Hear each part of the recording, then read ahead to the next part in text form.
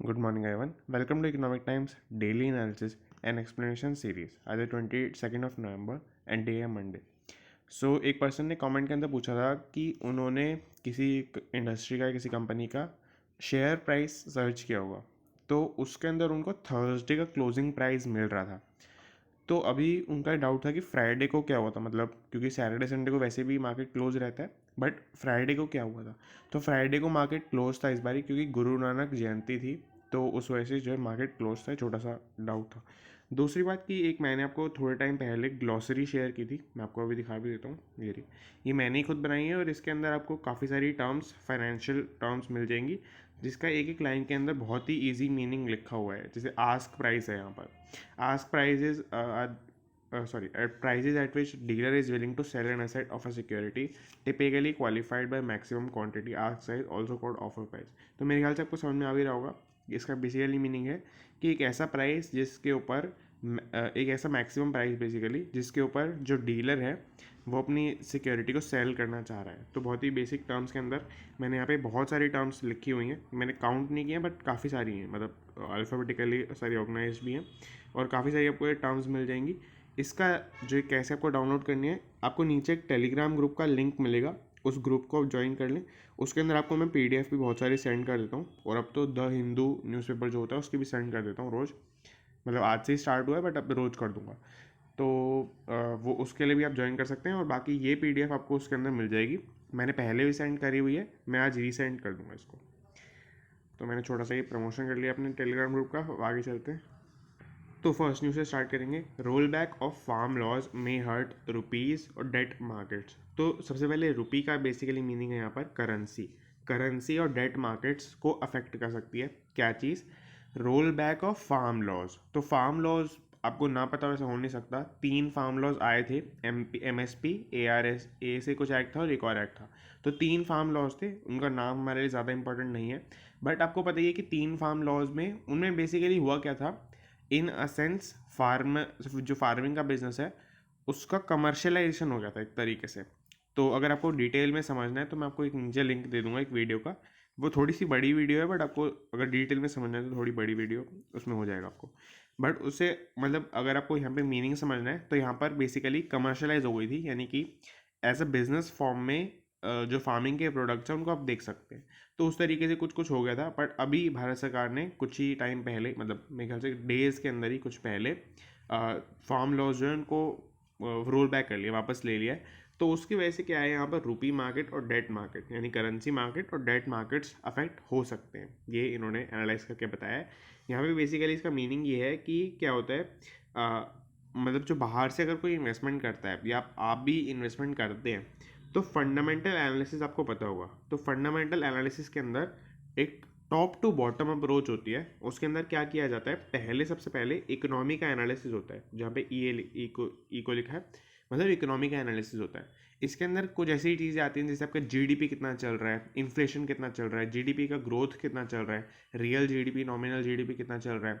बाकी और भी चीज़ें जैसे आपके कंट्री के अंदर एज ग्रुप क्या है। जैसे अगर हम अमेरिका की बात करेंगे तो वहाँ पर 25+ लोग ज़्यादा हैं, तो उस वजह से वहाँ पर वो प्रोडक्ट्स जो 25+ पॉपुलेशन को चाहिए वो ज़्यादा है। यहाँ पर इंडिया की बात करेंगे तो 18 to 25 में मैक्सिमम पॉपुलेशन है। तो उस वजह से ये जो चीज़ें होती है उस तरीके से एनालाइज की जाती हैं। दूसरा, अगर ये हमें इकोनॉमी ठीक लगती है एनालाइज करने के लिए, मतलब इन्वेस्टमेंट करने के लिए, तो फिर हम इंडस्ट्री को हम स्पेसिफाई करते हैं कि किस इंडस्ट्री के अंदर हम इन्वेस्टमेंट करना चाहते हैं। तो फिर उस इंडस्ट्री का एनालिसिस होता है। जैसे अगर यहाँ पे फार्मिंग की बात करेंगे तो फार्मिंग की ही, एग्रीकल्चर की इंडस्ट्री को या एग्रो बेस्ड इंडस्ट्री को हम एनालाइज करेंगे। तो उस वजह से ये इंडस्ट्री का एनालिसिस हो गया। अगर आपको इंडस्ट्री पसंद आती है, इंडस्ट्री के अंदर क्या क्या आएगा, जैसे अभी गवर्नमेंट की पॉलिसी क्या चल रही है, गवर्नमेंट का कोई नया लॉ तो नहीं आया है इस इंडस्ट्री को लेकर के। या मान लेते हैं जैसे कोई बैंकिंग इंडस्ट्री है, तो बैंकिंग इंडस्ट्री में माना जाता है कि वो अक्टूबर से लेकर मार्च तक अच्छा परफॉर्म करती है, थोड़ा मतलब बेटर परफॉर्म करती है बाकी टाइम से। और उसके अलावा आप देखेंगे कि जैसे अगर मान लेते हैं कोई कंपनी है जो दिवाली के प्रोडक्ट्स में डील करती है, स्वीट्स वगैरह बनाती है, तो वो अकॉर्डिंगली अपने टाइम पर ज़्यादा बूम करेगी। तो वो सब पॉइंट्स देखे जाते हैं। फिर आता है कंपनी। तो कंपनी, आपने एक इंडस्ट्री स्पेसिफाई कर ली, मान लेते हैं फर्टिलाइज़र या एग्रो बेस्ड, उसके अंदर बहुत सारी कंपनीज होंगी जिसके अंदर आप इन्वेस्टमेंट कर सकते हैं। तो आपको किस कंपनी के लिए एनालिसिस करना चाहिए, मतलब किस कंपनी के अंदर इन्वेस्टमेंट करनी चाहिए, तो वो आप यहाँ पे देखेंगे। बट ये जो हमारी न्यूज़ है वो यहाँ पे कंसर्न्ड है इकोनॉमी के लेवल के ऊपर। इकोनॉमी के पॉइंट के अंदर एक और पॉइंट होता है स्टेबिलिटी ऑफ लॉज, कि लॉज कितने स्टेबल हैं और इकोनॉमिक कमर्शियल लॉज कितने स्टेबल हैं, ये एक मोर इम्पॉर्टेंट पॉइंट होता है। तो ऐसा तो नहीं है कि हम इन्वेस्टमेंट कर रहे हैं बट हमने जिस चीज़ के अंदर इन्वेस्टमेंट किया वो चीज़ मान लो कल इलीगल हो जाए, ऐसा हो जाए, तो वो भी पॉइंट देखा जाता है। तो यहाँ पर उसी पॉइंट पे कंसर्न आ रहा है कि ये इन्होंने जो एग्रो बेस्ड इंडस्ट्री थी ये कमर्शलाइज हो गई, तो बाहर से इन्वेस्टमेंट आती बहुत ज़्यादा, तो अब वो नहीं आ पाएगी। तो ये जो है अनसर्टेनिटी है, यानी कि आपको दिख रहा होगा वोलेटिलिटी इन द मार्केट है, वोलेटिलिटी का अनसर्टेनिटी सेम मीनिंग होता है। तो ये हो गया the corporate farming would have attracted, जो कॉर्पोरेट का मीनिंग वही commercial farming, would have attracted private investors helping north blocks physical math. मतलब नॉर्थ ब्लॉक का मीनिंग है जो इंडिया का नॉर्थ ब्लॉक है, जो यानी कि जहाँ पे मेनली फार्मिंग होती है, जैसे आपका हरियाणा राजस्थान हो गया, उत्तर प्रदेश वगैरह हो गया, आपको पता ही है बाकी सारी चीज़ें। तो उनके अंदर ज़्यादा आपकी फार्मिंग होती है, तो वो वहाँ पे ज़्यादा फिजिकल मैथ, मतलब कि वहाँ पे रेवेन्यू ज़्यादा आता बेसिकली। तो हमने पूरा देख लिया यहाँ पर। और अगर आपको फार्मर प्रोटेस्ट के बारे में नहीं पता तो वैसे आपको पता ही होगा, तो वो भी प्रोटेस्ट इसीलिए हो रही थी कि फार्म लॉस को वापस लिया जाए, तो वो भी धीरे धीरे एंड होने लग जाएंगी पूरी तरह से। अब चलते हैं सेकंड न्यूज़ के ऊपर। Amazon wanted Future to take back complaints made before CCI. तो यहाँ पे अमेजॉन और फ्यूचर का क्या चल रहा था, मैं आपको थोड़ा सा बैकग्राउंड बताता हूँ, क्योंकि मैंने पहले बताया हुआ है बट अगर आप किसी को नहीं पता तो मैं वापस से बता देता हूँ। जैसे क्या हुआ था एक टाइम पर, फ्यूचर रिटेल एक रिटेल सेगमेंट के अंदर काम करती है कंपनी। इनका मेन ब्रांड है, आपने सुना ही होगा, बिग बाज़ार इनका मेन ब्रांड है, और FBB सेंट्रल भी इनके ही ब्रांड्स हैं जो काफ़ी पॉपुलर हैं, और बाकी और भी। बट फ्यूचर रिटेल जो यहाँ पे डील के लिए इंपॉर्टेंट है वो ये बात है, उन्होंने अमेजोन से एक टाइम पर इन्वेस्टमेंट की थी, और बोला जाता है कि लोन के फॉर्म में इन्वेस्टमेंट ली थी। तो उसके अंदर लोन देते टाइम कुछ टर्म्स रखी थी अमेजोन ने, जिसके अंदर एक टर्म थी कि आप फ्यूचर रिटेल जो कंपनी है उसको कभी रिलायंस को सेल नहीं कर सकते। तो अब यहाँ पे क्या हुआ कि बहुत सारी डिस्प्यूट्स आ रहे थे, वो जो लोन था वो रीपे हो चुका है बट टर्म्स तो अभी भी लगेंगी। तो अब क्या है, रिलायंस को सेल नहीं कर सकते, पर रिलायंस ने प्रपोजल दिया काफ़ी अच्छा कि वो सेल करना चाह रहे हैं। तो उसमें काफ़ी सारी चीज़ें हुई कोर्ट में, पहले सबसे पहले बॉम्बे हाई कोर्ट में गया, फिर सुप्रीम कोर्ट में गया, फिर मतलब इंडिया की जो NCLT है उसके अंदर गया, फिर उसके बाद आर्बिट्रेशन कोर्ट जो सिंगापुर की है SIAC उसके अंदर भी गया। तो वो सब होते होते अभी क्या चल रहा है बेसिकली, ये अगर मैं आपको पूरी चीज़ें बताऊंगा तो काफ़ी टाइम लग जाएगा, बट अभी क्या चल रहा है, फ्यूचर रिटेलिंग और कंपनी बना ली थी FRL लिमिटेड, जिसका फुल फॉर्म नहीं है कुछ भी, बट FRL लिमिटेड है सिर्फ। तो उसके नाम पे जो रिलायंस वगैरह वाले जो बिग बाज़ार वाले ब्रांड है वो ट्रांसफ़र कर दिए थे ओनरशिप जो उनका है, और फिर FRL के नाम पे वो सेल करने की कोशिश कर रहे थे। तो ये भी इलीगल एक तरीके से, क्योंकि उनका कॉन्ट्रैक्ट ऐसा बंधा हुआ था। तो उसमें भी अमेजोन ने फिर केस किया, वो सब हुआ। उसके बाद अब क्या हुआ लेटेस्ट, कि अब फ्यूचर ग्रुप ने एक मोरल वेपन चुना है। अब उन्होंने बोला है कि जब आपने ये हमारे कॉन्ट्रैक्ट किया तो यही अपने आप में गलत है। जब आपने पहले, जब शुरुआत में, जब मैं आपको बता रहा था कॉन्ट्रैक्ट हुआ था जिसके अंदर रिलायंस को सेल नहीं हो सकता था, उसी को अब क्वेश्चन कर दिया है कि ये अपने आप में गलत है। आपने दो वायलेशंस को तोड़ा है, FDI और फीमा मतलब फॉरेन एक्सचेंज मैनेजमेंट एक्ट, कि मतलब बेसिकली इन दोनों को, और दूसरा है FDI फॉरेन डायरेक्ट इन्वेस्टमेंट। इन दोनों को मिला के आप देखेंगे तो इनका मीनिंग ये निकल रहा है, जैसे यहाँ पे लिखा है, इनका मीनिंग ये निकल रहा है कि मतलब ये कि हम किसी एक इंडियन कंपनी को सेल हो रहे हैं, किसी फॉरेन कंपनी को सेल हो रहे हैं, ये तो एक हमारा बेसिक राइट है। तो ये आप हमसे राइट नहीं छीन सकते, ये इस सेंस के अंदर ही कुछ बोल रहे हैं। यहाँ पे काफ़ी टाइमलाइन भी दी हुई है, आप चाहें तो पढ़ सकते हैं, हालांकि मैंने आपको लगभग पूरी एक्सप्लेन कर दिया। The two companies over the proposed sale of Future Retail's assets to Reliance Retail, इसी के ऊपर बात हो रही है कि रिलायंस रिटेल को सेल नहीं कर सकते। बाकी यहाँ पे आपको दिख रहा होगा बयानी कंपनीज है, तो मैंने इसलिए थोड़ा सा मार्क कर रखा है, बाकी इस पूरे के अंदर कुछ ऐसा खास है नहीं। ये बयानी कंपनीज क्या है, बेसिकली फ्यूचर ग्रुप के जो फाउंडर हैं वो हैं किशोर बियानी। तो इसी वजह से ये था कि फ्यूचर जो ग्रुप है पूरा, उसके अंदर बहुत सारी कंपनीज आती हैं, तो कोई भी कंपनी सेल नहीं हो सकती रिलायंस रिटेल को, ये उस प्रपोजल के अंदर था। तो इस वजह से आपको दिख रहा होगा। अब यहाँ पे अब लेटेस्ट न्यूज़ के अंदर क्या हुआ है कि अमेजोन चाहता है कि अपनी इस कंप्लेंट्स को, जो उसने CCI competition commission of India की कमीशन है, इसके मतलब एक तरीके से फाइल किया है वहाँ पर, उसको वापस ले ले। ये पूरी न्यूज़ के अंदर चल रहा है। तो हमने कवर कर लिया। अगर आपको इसके अंदर कोई भी डाउट हो तो एक बार तो आप पॉज करके या तो वापस से भी देख सकते हैं या फिर आप नीचे कमेंट कर सकते हैं। ना Airtel could scrap plan to rejig business. अब इसके अंदर क्या है कि एयरटेल, रीजिक का मीनिंग होता है चेंज करना, थोड़ी कुछ मॉडिफाई करना अपने बिजनेस को। तो एयरटेल जो है अपने बिजनेस मॉडल को काफ़ी बड़े लेवल पे मॉडिफाई करने की प्लानिंग कर रहे थे पहले, और एक स्टेटमेंट आई थी जब हमने देखा भी था ये चीज़ कि वो क्या कर रहे हैं कि मैं आपको यहाँ पे दिखाता हूँ कि यहाँ पर वो अपने सेपरेट करना चाह रहे हैं डिजिटल और इंफ्रास्ट्रक्चर का जो बिज़नेस है पूरा। मतलब कि जो आपके ऐप्स बेस्ड जो एयरटेल म्यूज़िक, एयरटेल का जो एक्सट्रीम सर्विस है, ये कुछ मेन चीज़ें हैं जो हमें दिख रही हैं। बाकी इंफ्रास्ट्रक्चर के अंदर भी इनका बहुत काम है, यानी कि बहुत सारे स्ट्रीमिंग सर्विस या कोई ऐसी आईटी वाली सर्विसेज भी प्रोवाइड करते हैं ये लोग, जो हमें डायरेक्टली नहीं दिखेंगी, यानी किसी और ब्रांड के अंदर। मान लेते हैं जैसे हॉटस्टार है, हॉटस्टार मान लेते हैं एयरटेल एक्सट्रीम का जो सर्वर है वो यूज़ करता है, तो उस वजह से कुछ कुछ हो सकता है। ऐसा है नहीं, मैं एग्जांपल दे रहा हूँ, तो यहाँ पे हमें एयरटेल पता नहीं चलेगा, बट एयरटेल ऐसी बहुत सारी चीज़ों के अंदर काम करता है। तो वो चाह रहे थे कि वो इस बिज़नेस को सेपरेट कर लें, अपने टेलीकॉम का जो मेन बिज़नेस है उनका उससे सेपरेट कर लें। तो अब यहाँ पर क्या हुआ है, अब वो जो प्लान है वो स्क्रैप कर दिया है इन्होंने, मतलब हो सकता है कि स्क्रैप कर दिया हो, क्योंकि यहाँ पर ए एक चीज़ होती है। ए होता है एडजस्टेड ग्रॉस रेवेन्यू, और ये आपके प्रॉफिट का ही एक परसेंटेज होती है, मतलब प्रॉफिट का ही एक पार्ट होता है। और इसके अंदर क्या होता है, इसके अंदर से ही आपको दो चीज़ें पे करनी होती है, इसके बेसिस पे, सॉरी इसके अंदर से नहीं, इसके बेसिस पे आपको दो चीज़ें पे करनी होती है। पहला होता है लाइसेंस फीस। लाइसेंस फीस वही कि आपने कुछ गवर्नमेंट से जो भी SPR यूज़ किए, जो भी यूज़ किया है, उसके आपको लाइसेंस देने होते हैं कि आप जो ये टेलीकॉम सेक्टर की सर्विसेज प्रोवाइड कर रहे हो, इसका लाइसेंस क्या है, तो वो उस लाइसेंस के लिए सर्विसेज मतलब जो चार्जेस हैं वो लाइसेंस फीस हो गया। दूसरा स्पेक्ट्रम चार्जेस, मैंने आपको कम से कम 10 बार बता दिया है। स्पेक्ट्रम का मीनिंग होता है कि आपके जो पोल्स होते हैं जिसके थ्रू आप अपने सिग्नल्स को सेंड कर सकते हैं, तो उसके भी चार्जेस लगते हैं। वो गवर्नमेंट की ओनरशिप के अंदर आता है और गवर्नमेंट उसे सेल करती है ऑक्शन के थ्रू। तो वो जो चार्जेस हैं वो, तो ये दोनों चार्जेस जो हैं पेग कर दिए जाते हैं, बांध दिए जाते हैं AGR से। बांधे कैसे जाते हैं, लाइसेंस फीस जो होती है वो जनरली 8% ऑफ AGR होती है, और जो आपकी SUC यानी कि स्पेक्ट्रम यूजेज चार्ज होता है वो 3 से 5% होता है हर कंपनी के लिए अलग अलग AGR का। तो यहाँ पर क्या होगा कि AGR की नई डेफिनेशन आ गई। AGR की नई डेफिनेशन आपको दिख रहा होगा, waiting for some clarification for the government after which a final decision, यानी कि ये जो है क्लैरिफिकेशन फ्रॉम द गवर्नमेंट, ये है AGR की नई डेफिनेशन को लेकर। AGR की नई डेफिनेशन में क्या हुआ कि उसके अंदर कुछ आइटम्स को एक्सक्लूड करने से मना कर दिया गया। तो अगर वो अपने इस बिज़नेस को निकाल लेते हैं तो उनका बेसिकली AGR बढ़ जाएगा। AGR बढ़ने की वजह से फिर उसमें क्या होगा कि अब उनको ये चीज़ें दाम ज़्यादा देनी पड़ेंगी, जो ये पे आउट्स हैं, दस हायर द AGR more the payouts, तो ये जो दो पे आउट्स हैं वो बढ़ जाएंगे। तो ये जो है इसी वजह से पूरा ये चक्कर चल रहा है। आपको अब समझ में आ गया होगा कि SUC और जो लाइसेंस फीस है वो AGR पे किस तरीके से पेग किए जाते हैं। मैं एक वर्ड लिख देता हूँ, पेग्ड।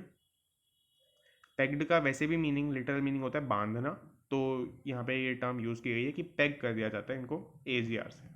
तो इस वजह से पूरा हुआ है, और अब ये स्क्रैप भी इन्होंने इसलिए कर दिया, मैंने आपको पूरा इसके अंदर बता दिया। अब चलते हैं इस न्यूज़ के ऊपर। Small towns bring big bucks to direct to consumer brands. तो D2C या डायरेक्ट टू कंज्यूमर का क्या मीनिंग होता है, पहले यही समझते हैं।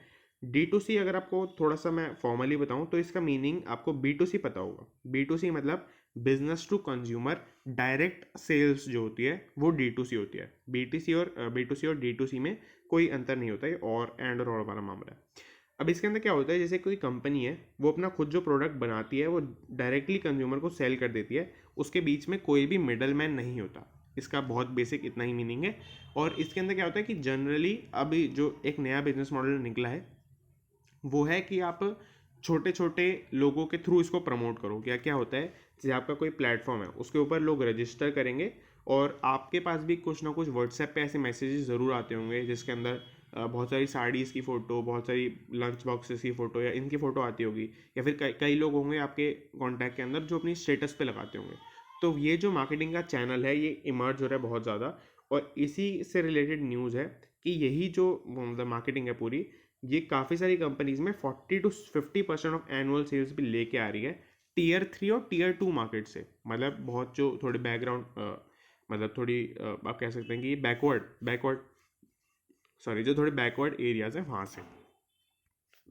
तो आई होप आपको दो चीज़ समझ में आ गई कि पहली बात तो कि D2C का और B2C का बेसिकली मीनिंग क्या होता है, और दूसरी बात ये जो D2C और B2C है, मतलब इसमें हो तो ये भी सकता है कि आपने क्या किया, अपने ही खुद के आपने वो लगा लिए, जो आपने सुने होंगे कि सेल्समैन होते हैं, तो सेल्समैन आपने लगा लिए खुद के, तो एक तरीके से वो भी D2C या B2C में ही आएगा। बट ये जो नया मार्केटिंग चैनल है ये सस्ता पड़ता है कंपनीज को, क्योंकि इसके अंदर आपको एक स्पेसिफिक कमीशन देनी पड़ती है, तो उसमें से वो जो पर्सन है जो सेल करता है वो अच्छी सेल्स कर सकता है, और आपका जो प्रोडक्ट है वो बहुत डाइवर्स जगहों पर जा सकता है। तो ये बेसिकली D2C के दो मार्केटिंग चैनल्स आपको समझ में आने चाहिए। तो ये हो गया पूरा। अब इसके अलावा small towns now account for 40 to 50% ये हमने देख लिया पूरा। अब इसके अंदर ब्रांड्स कौन से आते हैं, बस यही छोटी सी बात बचती है। इसके अंदर आते हैं आपके boAt, Bombay shaving company, Wonder Chef, Kapiva, mCaffeine, या आपको शायद ये तीनों ना पता हो। बाकी मामाअर्थ और जो ऊपर वाली दो कंपनीज थी ये आपको हो सकता है पता भी हो। तो ये हमने पूरा देख लिया। इसकी इन्हीं कंपनीज के अंदर ये जो है मेन बड़ा इम्पैक्ट क्रिएट कर रही है, मतलब चैनल जो है मार्केटिंग का।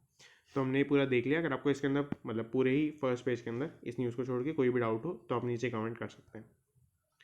अब हम देखेंगे इस न्यूज़ को, banks informing customers about crypto pitfalls. तो बहुत ही ज़्यादा इजी न्यूज़ है मैं कहूँगा। इसके अंदर क्या हो रहा है कि क्रिप्टो पिटफॉल, यानी कि क्रिप्टो जैसे क्या होता है, क्रिप्टो करेंसी के अंदर आपको बताइए कि मतलब हज़ारों कॉइन्स हैं, तो हज़ारों कॉइन्स के अंदर ऐसा होगा ही जनरली कि कोई ना कोई पॉपुलर कॉइन जो है वो फॉल कर जाएगा।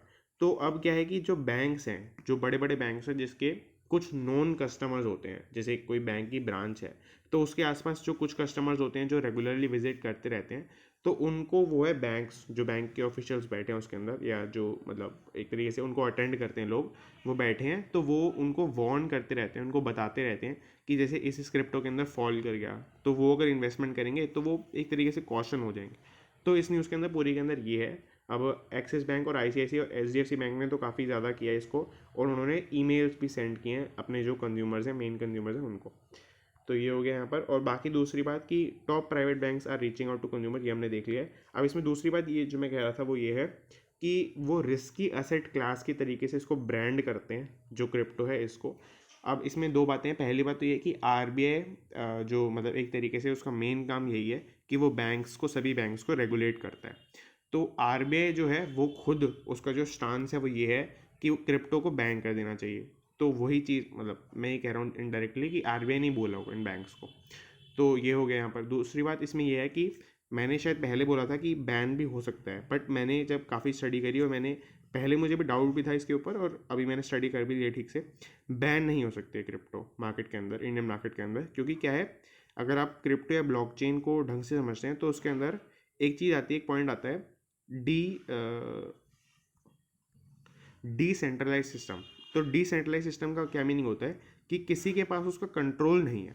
डिसेंट्रलाइज मतलब होता है, जैसे सेंट्रलाइज का मतलब होता है, जैसे अभी जो हमारा सिस्टम चलता है वो सेंट्रलाइज्ड है, यानी कि रुपी जो प्रिंट करेगा वो RBI करेगा, वो सेंट्रलाइज्ड बॉडी है।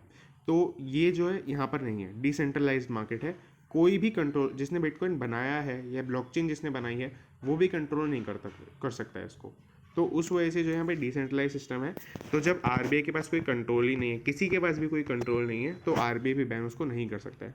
होगा क्या कि आप इंडियन सर्वर्स के थ्रू, अब मैं यहाँ पे अगर एक थोड़ा बुरा एग्जांपल लूँ बट आपको समझ में आनी चाहिए चीज़, तो जैसे मतलब मैं उसको कैसे एग्जांपल दूँ आपको, जो मैं यहाँ पे लिख देता हूँ इससे अच्छा।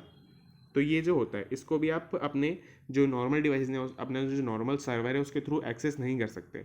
तो इसके लिए भी आपको पता है कि चीज़ें निकल जाती हैं, VPNs वगैरह होते हैं, वो सब चीज़ें होती हैं। तो उसी तरीके से यहाँ पर इसके लिए भी होगा, क्रिप्टो करेंसी इसके लिए भी होगा। तो ये हमने जो है पूरा इसके अंदर डिस्कस कर लिया। आई होप आपको समझ में आ गया होगा। अब हम आगे ET मार्केट्स वाले सेक्शन के ऊपर। इसके अंदर अगर मैंने कई टाइम से लाइन बोली नहीं है ये वाली, ET मार्केट्स बहुत ही इंपॉर्टेंट सेक्शन होता है। अगर आपको कभी टाइम नहीं मिल रहा है इकोनॉमिक टाइम्स पढ़ने का या वीडियो देखने का, तो आप सिर्फ ET मार्केट्स वाली न्यूज़ अगर देखते हैं over the priority of first page, मतलब फर्स्ट पेज से ज़्यादा आप इसको प्रायोरिटी देंगे तो भी वो बेनिफिट ही देगा आपको, क्योंकि इसके अंदर मेन इंपॉर्टेंट न्यूज़ होती है।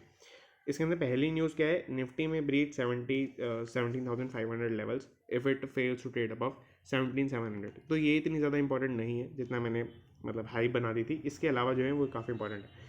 तो इसके अंदर क्या है कि जो निफ्टी की नियर टर्म बेयरिशनेस, मैंने यहाँ से लाइन लिखी है, नियर टर्म बेयरिशनेस, कि इसको वो हाईलाइट कर रहे हैं कि निफ्टी अभी नियर टर्म के अंदर बेयरिश रहेगा, नीचे जाएगा। तो बेयरिश और बुलिश का मीनिंग आई होप को पता होगा इसके अंदर क्या है कि अभी इन्होंने जो टेक्निकल एनालिसिस है, अगर आपको नहीं पता तो जो आपने स्टॉक टिप नाम की चीज़ें सुनी होंगी, कुछ पेजेस बने हुए हैं टेलीग्राम के ऊपर, कुछ चैनल्स बने हुए हैं जो ऐसी स्टॉक टिप देते रहते हैं कि आप इंट्राडे करके कैसे पैसे कमा सकते हैं। तो वहाँ पर टेक्निकल टिप्स जो होती हैं वो यही होती हैं कि आप चार्ट्स के बेसिस पे, इन सब के बेसिस पे बताते हैं। तो यही कुछ टेक्निकल एनालिस्ट जो प्रॉपर टेक्निकल एनालिस्ट हैं, उन्होंने अपने ओपिनियन दिए हैं, उन सबको मिला जुला के ये बात निकली है कि अगर निफ्टी 17,700 के ऊपर ट्रेड नहीं कर पाएगा अभी रिसेंट डेज़ के अंदर, क्योंकि आज मार्केट ओपन होने वाला है, तो जनरली मंडे को ये न्यूज़ आती है, तो निफ्टी 17,500 से नीचे चल जाएगा। तो it's just an opinion in लोगों का, जो राहुल पलविया हैं, गौरव पिस्सा और राहुल शर्मा। आप चाहें तो इनका ये भी पढ़ सकते हैं, बट मैं आपको रिकमेंड नहीं करूँगा क्योंकि इतना ज़्यादा कोई इंपॉर्टेंट है भी नहीं। तो इससे अच्छा आप ये वाली जो न्यूज़ है जो मैंने हाईलाइट करके पढ़ सकते हैं। तो यहाँ पर क्या है, Star Health 7,500 crore IPO likely to open by November end. ये बहुत ही अच्छी न्यूज़ है। थर्ड लार्जेस्ट IPO आने वाला है नवंबर 2021 के अंदर, पेटीएम और जोमेटो के बाद। सबसे बड़ा जो इस ईयर आया है, वैसे तो सबसे बड़ा कोल इंडिया का है, कोल इंडिया का IPO, मतलब अब पेटीएम का है, सेकंड नंबर पे कोल इंडिया का है। बट 2021 के अंदर जो IPOs आए इस साल के अंदर, तो उसके अंदर सेकंड प्लेस पर आता है जोमेटो, थर्ड प्लेस पर आएगा स्टार हेल्थ। तो स्टार हेल्थ समझते ही हमें पहले लगता है कि हॉस्पिटल वगैरह वाला कुछ काम है इसके अंदर, बट पहली बात ये कि राकेश झुनझुनवाला इसके अंदर इन्वेस्टर है। और दूसरी बात ये, मतलब ये अपने आप में काफ़ी बड़ी बात है पहली वाली। दूसरी बात यह है कि ये इंश्योरेंस सेगमेंट के अंदर है, क्योंकि इनका नाम ऊपर शॉर्ट में लिखा है, नाम इनका पूरा है Star health and allied insurance company, यानी कि हेल्थ और उसके साथ ही अलाइड इंश्योरेंसेस की कंपनी है ये। तो स्टार तो मतलब ऐसी है, but health and allied insurance company ये है, बेसिकली इंश्योरेंस सेगमेंट के अंदर है पूरी कंपनी। तो इंश्योरेंस सेगमेंट, अगर मैं आपको अभी जैसे हमने देखा था इंडस्ट्री एनालिसिस, तो मैं आपको एक छोटा सा टास्क दे रहा हूँ यहाँ पर। इंडस्ट्री एनालिसिस आपको करना है थोड़ा सा इंश्योरेंस कंपनी का, और आपको ये पता लगाना है कि इंश्योरेंस सेगमेंट के अंदर ऊपर की जो 5 कंपनीज हैं उसके अंदर सबसे अच्छा कौन सी परफॉर्म कर रही है, सबसे अच्छा किस बेसिस पे है, ये आपको खुद सोचना है। प्रॉफिट कितना है, ग्रोथ कितनी रही है, आपका मार्केट शेयर कितना है, जो भी आपको देखना है वो खुद देखें।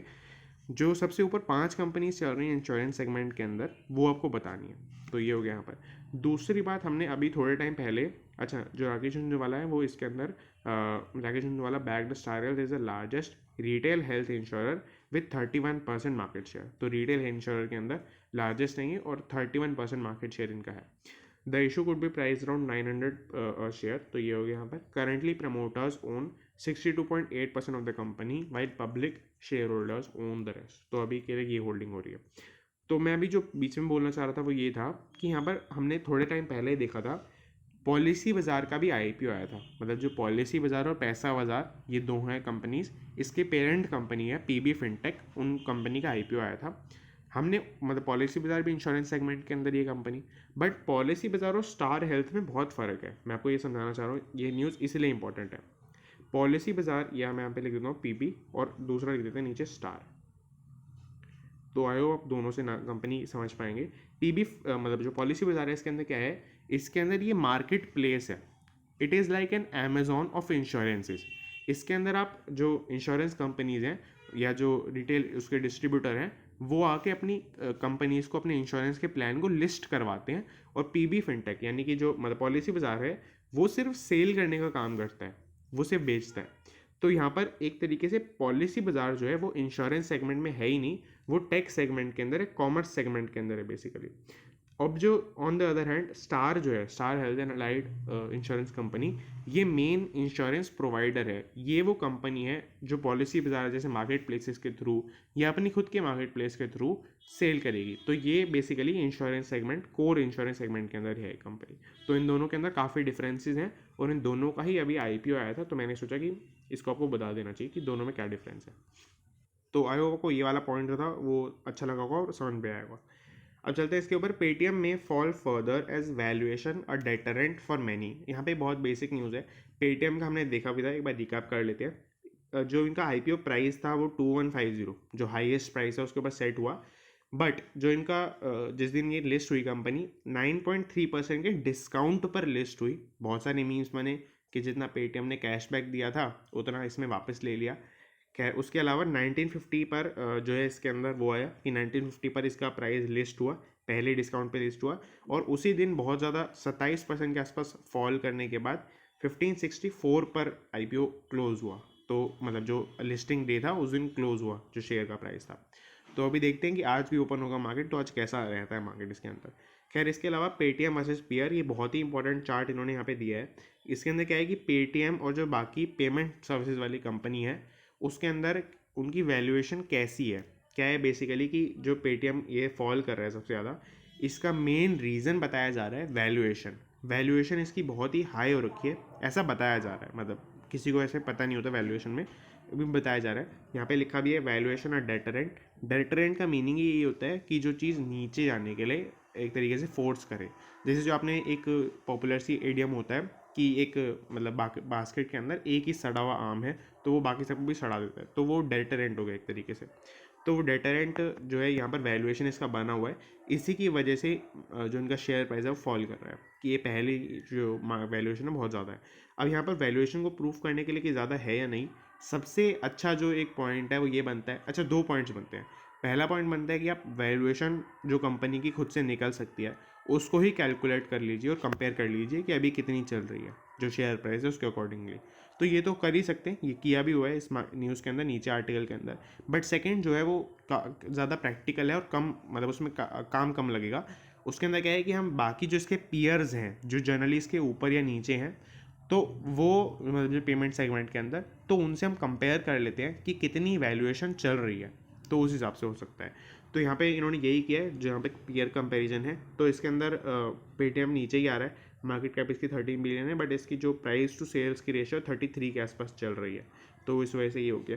अब यहाँ पर अब देखेंगे यहाँ पे 16, 18 ये वीज़ा और मास्टर कार्ड की है, तो अब 15 के आसपास, लगभग 15-16 के आसपास इस पेमेंट इंडस्ट्री के अंदर सबसे ऊपर बोल सकते हैं, मतलब सबसे आइडियल रेशो के आसपास बोल सकते हैं।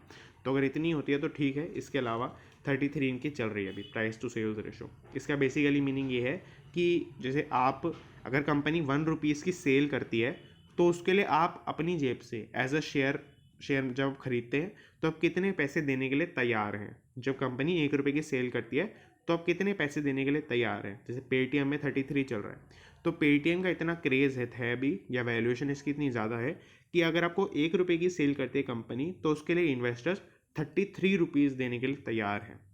तो इसका मीनिंग है ये। और EV टू सेल्स का भी लगभग यही मीनिंग है। बाकी मतलब इसका बेसिकली मीनिंग है कि एंटरप्राइज वैल्यू टू सेल्स, यानी कि एंटरप्राइज वैल्यू मतलब जो इनका मार्केट शेयर चल रहा है उसके अकॉर्डिंगली कितना सेल्स से रेशो चल रहा है इसी बेसिस पे। तो ये हो गया यहाँ पर। बाकी इसके अलावा है but at the around 1250 to 1300 levels, Paytm could witness some buying interest from institutions and family offices in their long only portfolios. इसके अंदर क्या है कि जो कुछ फैमिली ऑफिस और इंस्टीट्यूशन है in their long only portfolio. Long only portfolio का बेसिकली मीनिंग है मतलब ऐसे लोग कि जो अपना पोर्टफोलियो है उसका वो उनका ऐसा है कि वो लोग बाय कर लेते हैं शेयर। लॉन्ग करने का मतलब बाय करना, और लंबे टाइम तक के लिए इन्वेस्टमेंट करे रखते हैं उसके अंदर, उसी शेयर के अंदर या किसी भी सिक्योरिटी के अंदर वो करे रखते हैं। तो उसके लिए क्या है कि यहाँ पर अब बताया जा रहा है कि इन लोगों का इंटरेस्ट, बाइंग इंटरेस्ट देख सकता है पेटीएम के अंदर, अगर वो मतलब 1250 से लेकर 1300 के लेवल्स तक ड्रॉप कर जाता है अकॉर्डिंगली, तो वो हो जाएगा यहाँ पर। बाकी इसके अलावा देन इन अ फास्ट मतलब वो है कि जो इंडिया है वो, मैं आपको एक और फैक्ट बताता हूँ, हो सकता है आपके लिए शॉकिंग भी हो। पेमेंट सेगमेंट के अंदर मतलब ओवर वर्ल्ड या वर्ल्ड वाइड आप कह सकते हैं, पेमेंट सेगमेंट के अंदर इंडिया टॉप पर है, नंबर 1 पोजीशन पर है। और उसके अंदर पेटीएम का मार्केट शेयर अच्छा खासा है, क्योंकि हम अगर वो बोलते हैं जैसे कोलगेट में होता है कि आप लाल वाला कोलगेट दे दो, ऐसे बोलते हैं क्लोजअप के लिए, तो इसी तरीके से होता है फ़ोन पे भी हम ऐसे बोलते हैं कि फ़ोन पे वाला पेटीएम कर दूँ, तो उस वजह से लोग बोलने लगे। तो इनका मार्केट शेयर काफ़ी अच्छा है, इस बात से पता चल सकता है। तो यहाँ पर ये है कि इसी वजह से ये बेट्स जो है आएंगी, वो मतलब इसी वजह से ही बेट्स आएंगी यहाँ पर। अब देखते हैं इस न्यूज़ को। Retail bond scheme draws strong interest from NRIs। तो बहुत ही बेसिक न्यूज़ है इसके अंदर। रिटेल बॉन्ड स्कीम क्या है मैंने आपको बताया हुआ है। इसके अंदर क्या है कि ये ऐसी स्कीम है, अच्छा पहले क्या होता था, अगर कोई RBI अपने बॉन्ड निकालता है, गवर्नमेंट अपने बॉन्ड्स निकालती है, तो उसके अंदर जनरली बैंक्स को सिर्फ अलाउड होता था सब्सक्राइब करना, कि आप मतलब बैंक्स के थ्रू ही गवर्नमेंट पैसा रेज करती थी अपने बॉन्ड्स के अंदर। अब यहाँ पर क्या है कि एक ऐसा टर्मिनल बनाया है RBI ने, जो अभी उसके अंदर बहुत सारे रजिस्ट्रेशन हो चुके हैं, हमने थोड़े दिनों पहले देखा था। तो उसके अंदर यहाँ पर क्या है कि यही बेसिकली रिटेल बॉन्ड स्कीम है कि उसके अंदर अब रिटेल इन्वेस्टर भी इन्वेस्टमेंट कर सकते हैं, जो छोटे इन्वेस्टर्स हैं वो भी इन्वेस्टमेंट कर सकते हैं। उसके अंदर क्या होगा, लोन का अमाउंट तो उतना ही रहेगा, मान लेते हैं 1,000 करोड़ रहेगा। 1,000 करोड़ तो कोई भी नहीं दे सकता रिटेल इन्वेस्टर में, क्योंकि फिर वो रिटेल रहा ही नहीं है। तो उसके अंदर क्या करेंगे, इसको 1 करोड़ यूनिट्स के अंदर डिस्ट्रीब्यूट कर देंगे। पहले क्या होता होगा कि 1,000 करोड़ का जैसे मान लेते हैं लोन लेना है गवर्नमेंट को, बॉन्ड की फॉर्म के अंदर बॉन्ड इशू करना है, तो 1,000 करोड़ का है, तो मान लेते हैं पहले गवर्नमेंट 1,000 बैंक्स को ही देती होगी चीज़, और 1-1 करोड़ हर बैंक को देना होता होगा। अब इसको थोड़ा चेंज कर देंगे, इसको क्या करेंगे, आपको जैसे क्या है 1 करोड़ यूनिट्स के अंदर बांट देंगे 1,000 रुपये की। तो 1 करोड़ लोग जो पब्लिक है वो इन्वेस्टमेंट कर सकती है 1,000, और अगर किसी को ज़्यादा करनी है तो वो ज़्यादा यूनिट्स खरीद सकता है, जैसे शेयर्स के अंदर होता है वैसे ही हो जाएगा। तो यहाँ पे that allows retail investors to buy and sell government securities, ये भी हमने देख लिया है। बाकी इसके अलावा ये कि जो यहाँ पर अब न्यूज़ के अंदर है वो ये है कि रिटेल बॉन्ड स्कीम के अंदर एनआरआई का, जो नॉन रेजिडेंट ऑफ इंडिया है, इनका भी बहुत ज़्यादा इंटरेस्ट आ रहा है, यानी कि बाहर से भी इनफ्लो आ सकता है काफ़ी ज़्यादा। यहाँ पर क्या है कि इन्होंने बता रखे एक technical term, NRO banking account. NRO मतलब ये क्या होता है, एनआरआईज को इंडिया में कुछ भी करने के लिए शेयर मार्केट वगैरह में एनआरओ अकाउंट से ही डील करना पड़ता है। जो इनका आपका डिविडेंड आता है या जो किसी के अंदर शेयर के अंदर इन्वेस्टमेंट करनी है, वो भी एनआरओ बैंक अकाउंट से ही होता है। तो एनआरओ का मीनिंग ये होता है non resident ordinary. Non resident ordinary इसका मीनिंग होता है कि बैंक अकाउंट का सिर्फ हम नाम बोल सकते हैं, जो होता ही एनआरआईज के लिए है। अब आप इस थर्ड वाले हाईलाइट को देखेंगे, given that interest rates in developed markets are in the range of 1 to 2%। अब यहाँ पे क्या है, बेसिकली एनआरआईज जो इंडिया से एनआरआईज जाते हैं, मतलब बाहर जाते हैं, वो जनरली डेवलप्ड मार्केट्स के अंदर ही रहना पसंद करेंगे, मतलब अकॉर्डिंग सीधी सी बात है, क्योंकि इंडिया में ही प्रेफर करेंगे उस, अगर डेवलप्ड में नहीं जाएंगे तो वो यूएस यूके ऐसी मार्केट्स के, यूरोप के अंदर जाते हैं। तो वहाँ पे जो मार्केट्स हैं वहाँ पर 1 से लेकर 2% इतनी कम रेंज के अंदर जो कि इंटरेस्ट रेट है वो मिलते हैं जनरली जो गवर्नमेंट बॉन्ड्स हैं। और इंडिया की गवर्नमेंट के बॉन्ड के ऊपर 6.5 से 7% का इंटरेस्ट रेट मिलता है, तो वो यहाँ पे प्रेफर करेंगे, इसीलिए इन्वेस्टमेंट करना। अब यहाँ पे हमने क्या देखा कि यहाँ पर इंटरेस्ट रेट जो है वो ज़्यादा मिल रहा है, इसलिए इन्वेस्टमेंट आ रही है। इंटरेस्ट रेट कैसे बढ़ता है ये देख लेते हैं थोड़ा सा। तो मैंने यहाँ पे 3 मेन पॉइंट्स लिखे हैं जिसकी वजह से इंटरेस्ट रेट बढ़ता है। पहला होता है मैच्योरिटी प्रीमियम। मैच्योरिटी प्रीमियम में क्या होता है कि जितनी लंबा बॉन्ड है, सॉरी, जितना लंबा बॉन्ड है उतना रेट ज़्यादा होता है। यहाँ पर मेन रीज़न यही है कि इंडिया जो बॉन्ड्स रेस करेगा उसकी मैच्योरिटी बहुत ज़्यादा है, 10 साल, 12 साल, 15 साल, इस तरीके से। तो वो मैच्योरिटी बहुत ज़्यादा है, इसलिए रेट ऑफ इंटरेस्ट जो है उसको ज़्यादा देना पड़ेगा। अब यहाँ पे अगर आपको नहीं समझ में आ रहा तो मैं आपको छोटी सी बात बताता हूँ कि मान लेते हैं कोई 6% दे रहा है आपको 2 सिक्योरिटीज़ के ऊपर, आपको 1 साल में भी 6% ही मिलेगा और आपको 10 साल के लिए भी 6% ही मिलेगा। और 10 साल के लिए 6% का मीनिंग ये नहीं है कि आपको पूरे 10 साल में 6% मिलेगा, आपको हर साल 6% मिल रहा है। तो आप किसके अंदर इन्वेस्टमेंट प्रेफर करेंगे? तो भाई ये है ना कि आपको 6% तो यहाँ पे भी मिल रहा है कंपाउंडेड एनुअली, बट उसके अलावा भी क्या है कि आपको 10 साल के लिए आपका पैसा ब्लॉक हो जाएगा, तो उस चीज़ का भी तो आपको एक प्रीमियम चाहिए। आप यहाँ पे 1 साल में आप पैसा निकाल सकते हैं और वापस से आप इसी स्कीम के अंदर डाल सकते हैं, और मान लेते हैं आपको कभी ज़रूरत हुई तो आप अपने पैसे को यूज़ भी कर सकते हैं। तो यहाँ पे आप पैसे को यूज़ नहीं कर पाएंगे, तो वो जो चीज़ है उसके अगेंस्ट आप एक प्रीमियम मांगेंगे, तो आप बोलेंगे कि नहीं 7% कर लो अगर 10 साल के लिए इन्वेस्टमेंट करवानी है तो, फॉर एग्जांपल कुछ भी हो सकता है। तो ये बेसिकली मैच्योरिटी प्रीमियम होता है। इसी तरीके से 2 और प्रीमियम होते हैं मेनली जो माने जाते हैं। एक होता है आपका लिक्विडिटी प्रीमियम, मतलब लिक्विडिटी का ये मीनिंग होता है कि आप कब सेल कर सकते हैं, आपने इन्वेस्टमेंट किया, जैसे यहाँ पे ये है कि बाय और सेल कर सकते हैं आप गवर्नमेंट सिक्योरिटीज़ को। बट यहाँ पे भी यही होगा, फ्यूचर के अंदर हमें पता चलेगा कि जैसे आपने बॉन्ड को ही खरीदा तो उसका एक लॉक इन पीरियड होगा, जैसे मान लेते हैं 1 साल, आप 1 साल से पहले नहीं बेच सकते इसको, तो वो जो लिक्विडिटी है उसके अगेंस्ट भी मांगा जाता है। दूसरी बात मतलब जो इंटरेस्ट रेट है वो। तीसरी बात डिफ़ॉल्ट मतलब ये है कि यहाँ पे तो जैसे गवर्नमेंट है तो ये तो डिफ़ॉल्ट नहीं करेगी, यानी कि आपने बॉन्ड के लिए इसको पैसे दिए, बॉन्ड ये वापस कर देगी, मतलब मोस्ट प्रोबेबली यही होता है गवर्नमेंट में, क्योंकि वो तो अपना पैसा प्रिंट करके भी वापस दे सकती है अगर उसके पास नहीं है पैसे तो। खैर उसके अलावा जो कंपनीज़ हैं वो डिफ़ॉल्ट कर सकती हैं, मान लेते हैं उनके पास पैसे नहीं बचे, वो लिक्विडेट हो रही है कंपनी, तो वहाँ पर डिफ़ॉल्ट हो सकता है। तो किसी कंपनी के अंदर डिफ़ॉल्ट रिस्क कितना ज़्यादा है उसके अगेंस्ट आप उतनी ही पेमेंट करेंगे, मतलब उतना ही इंटरेस्ट डिमांड करेंगे, क्योंकि आप उतना ही रिस्क ले रहे हैं उस कंपनी के अंदर। तो बेसिकली ये 3 कंपोनेंट्स थे जिसकी वजह से आपका जो रेट ऑफ रिटर्न है वो डिपेंड करता है। आप चाहें तो इसको नोट भी कर सकते हैं, और दोनों का ही लगभग डायरेक्ट इम्पैक्ट है कि अगर मेच्योरिटी बढ़ेगी तो रेट बढ़ेगा, डिफ़ॉल्ट का रिस्क बढ़ेगा तो मतलब वो बढ़ेगा, रेट ऑफ रिटर्न रिक्वायर्ड बढ़ेगा, लिक्विडिटी बढ़ेगी तो रेट ऑफ रिटर्न कम होगा। इसका नेगेटिव है, ये भी आप नोट कर सकते हैं, इसका नेगेटिव है लिक्विडिटी अगर बढ़ेगी तो आपका रेट ऑफ रिटर्न रिक्वायर्ड कम हो जाएगा, और कम होगा तो बढ़ जाएगी इस वजह से। RIL debt free Aramco deal rethink to have a limited impact. तो इसका बेसिकली ये मीनिंग है, जो हमने पहले देखा था रिलायंस और अरामको की, जो अच्छा आपको अरामको नहीं पता होगा, तो अरामको बेसिकली सऊदी अरेबिया की सबसे बड़ी लगभग कंपनी है जो मतलब ऑयल सेगमेंट के अंदर, इसी के अंदर काम करती है, जो मेन बिजनेस है रिलायंस का भी इंडिया के अंदर। तो वही इनकी डील होने वाली थी। रिलायंस अपना स्टेक सेल कर रही थी, अपना कुछ ओनरशिप के अंदर परसेंटेज सेल कर रही थी कैश के लिए अरामको को। तो अब इसके अंदर क्या है कि, और इसमें क्या होता है कि अरामको के जो कुछ पर्सन है, मतलब जो डायरेक्टर्स वगैरह हैं, उनको अपने बोर्ड ऑफ डायरेक्टर के अंदर भी इंक्लूड करना चाह रही थी रिलायंस इंडस्ट्रीज़। अब यहाँ पर इस डील को वो एक तरीके से यहाँ पर ये रीथिंक हो रही है। रीथिंक का बेसिकली नीचे मीनिंग दिया हुआ है, स्क्रैप कर दी गई है। जैसे हमने ऊपर देखा था कि जो वो आपकी एयरटेल के अंदर जो अपना जो रीजेक होने वाला उसको स्क्रैप कर दिया था, उसी तरीके से ये भी डील स्क्रैप हो गई है। बट अब इसके अंदर जो एनालिस्ट हैं वो ये कह रहे हैं कि इसका लिमिटेड इम्पैक्ट ही रहेगा रिलायंस के ऊपर, क्योंकि रिलायंस के अपने खुद के फाइनेंशियल्स बहुत ही ज़्यादा अच्छे हैं। तो यहाँ पर यही बोला हुआ है, scrapping of its proposed stake sale deal with Saudi Aramco but any weakness is likely to be limited. तो any weakness is likely to be limited, आपको समझ में इसी से आ ही रहा होगा। इसके अलावा the stock has corrected from 2650 to 2400, it may open 2% down but it will be bought into. तो यही है कि इसकी वजह से जब ये अनाउंस हुआ थोड़ा सा, तो जब ये अरामको ने बोला होगा जनरली, तो अब इसके अंदर 2650 के आसपास शेयर प्राइस चल रहा था। और मैं आपको बताऊं कि ऑल टाइम हाई जो भी रिलायंस का था वो भी 2750 पर था, मतलब इससे 100 रुपये ऊपर था।